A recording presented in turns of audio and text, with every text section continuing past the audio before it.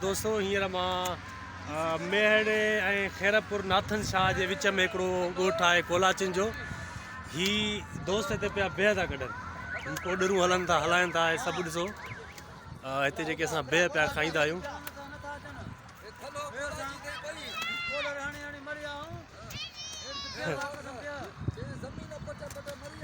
हे बेह हिते जेके असां खाईंदा आहियूं।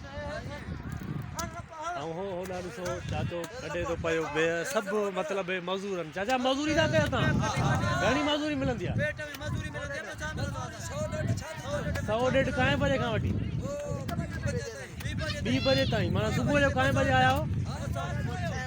सुबुह जो 6 बजे खां वठी 2 बजे ताईं, मतिलबु हिननि खे 200 रुपया ॾियाड़ी मिलंदी आहे। हे टोटली जेके आहिनि न दोस्त, हे सभु जेके कोडर हलाइनि था, इन्हनि खे 200 रुपया 6 बजे खां 2 बजे ताईं मिलंदा। ऐं हींअर जेको टाइम थियो आहे न, उहो टाइम थियो आहे तक़रीबन 7:30 सुबुह जा।